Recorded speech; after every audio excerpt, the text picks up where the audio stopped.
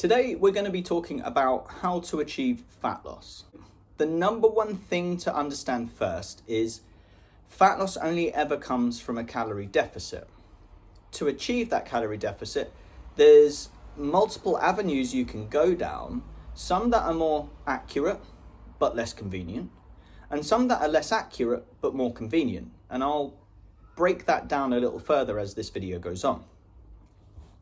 So a calorie deficit is essentially going beneath the energy required to achieve what you want to achieve that day. Let's say someone comes in, they have their calories that they've been doing prior to going into this calorie deficit. They are now consuming less calories than they are putting out.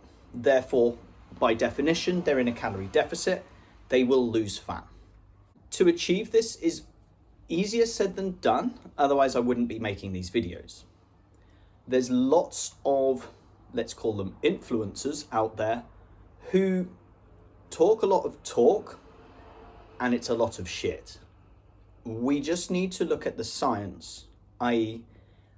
the physics, the thermodynamics behind what is going on in the human body. Now we know we need to consume energy, transform that energy, and then produce movement via the transformation of energy. Now what we consume is our energy. So we're going to look at the macronutrients. So when I say macronutrients, I mean any one of the three: fat, carbs, or protein, or all three. Each of these macronutrients is providing us energy. When it comes to protein and carbs, per gram, they each provide 4 calories. When it comes to fat, provides 9 calories per gram. And then we also have to consider alcohol, because that is also an energy substrate. Per gram is 7 calories. So now we've got a rough idea of what macronutrients contain in terms of calories. How much might we be consuming per day? And then how much do we need to decrease by? So this is where we go on to the chat about what I mentioned earlier: accuracy and practicality versus inaccuracy and practicality. So on one end of the spectrum, where it's very impractical, but the most accurate form we've got, is where we start to track our calories, what is going in our body. That is normally done using an app on the phone. Myself, I've personally used MyFitnessPal, but there are others out there, MacroFactor being a very good one. When you are tracking calories, you need to weigh everything before it goes into your mouth. And this is where that practicality side of things really drops down. This is where it becomes difficult. So not everyone needs to calorie track, but I do think it is in a lot of people's interests to start to have an understanding of what is on the nutritional label. It's also not the worst idea to track for maybe a month, maybe 3 months, to help understand what goes into your mouth. Again, you're using nutritional labels to do that. And then we've got an idea of what calories we're consuming when we're not calorie tracking. So obviously we've got that impractical side of calorie tracking. The other side is as well, we need to consider what that does for someone's kind of eating habits, and there is potential to promote disordered eating via calorie tracking, because you're weighing everything that goes into your mouth. How are you responding to what it is you're eating emotionally? What are you doing when you go out on social situations? Are you staying so meticulous that perhaps this is having a negative effect on your life, on your emotions around food? If you start to notice those sorts of things and we're getting some red flags, that's where calorie tracking might not be the option for you. That's where we can start looking at the other side of the spectrum. Like I said, it's not quite as accurate, but it's quite convenient. Things where we start talking about portion control, we can look at intermittent fasting, we can look at what your specific habits are and address them specifically, and put some rules in place that will help you get into a deficit. Now, this is difficult on a video. I don't know who's watching, but let's give an example. Someone has a food that they tend to overconsume.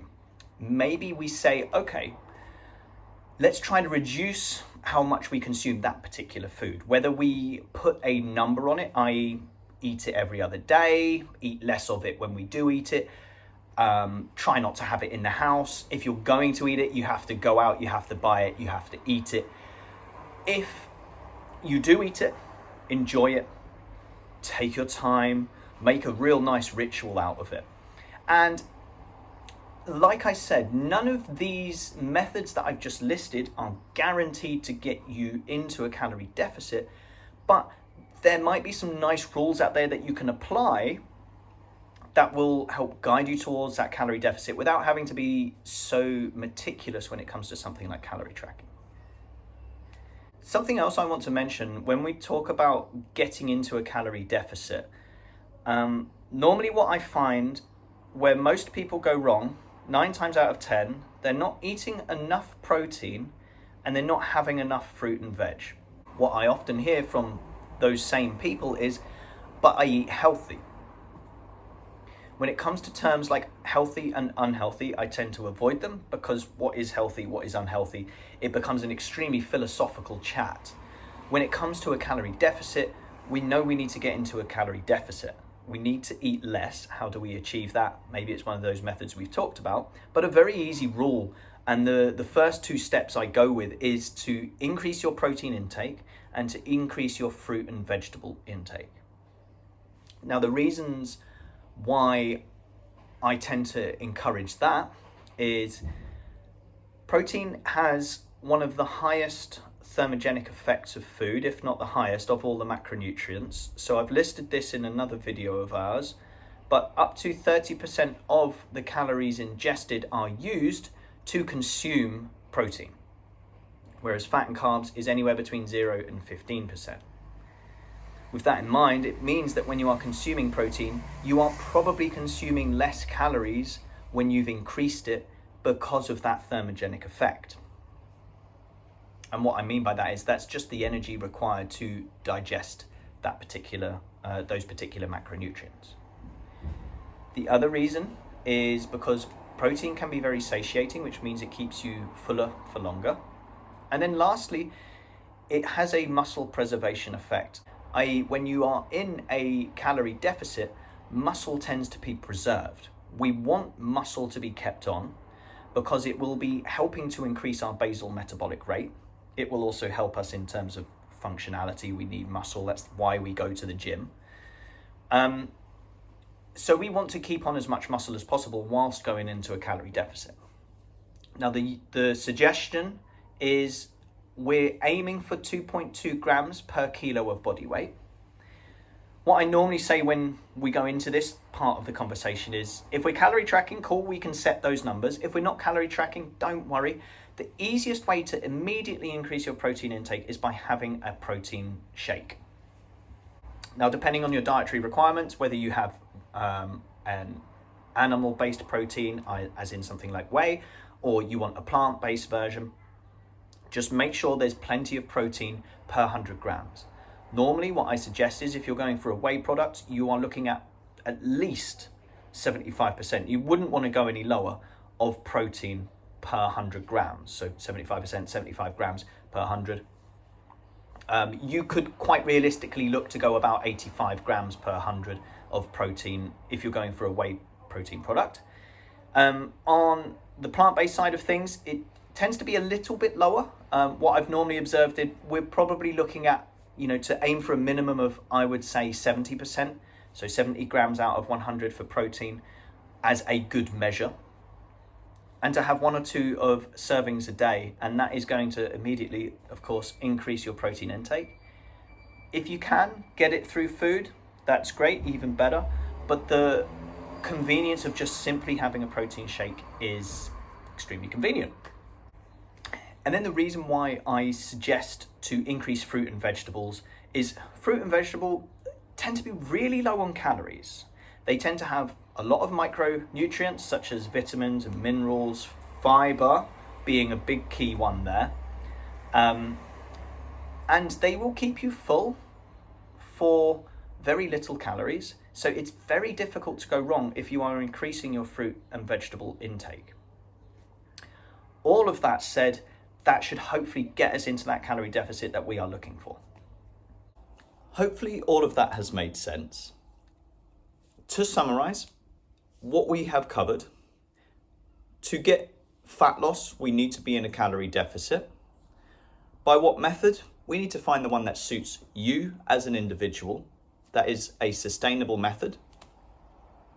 To have an understanding of nutritional labels is very useful. The two things I tend to recommend for most people straight off is to increase protein, increase fruit and veg. And an easy way to increase protein is to have protein powder. That concludes our video. There's a lot more to it, but this is a jump off point to your understanding of how to achieve fat loss. Thank you for watching.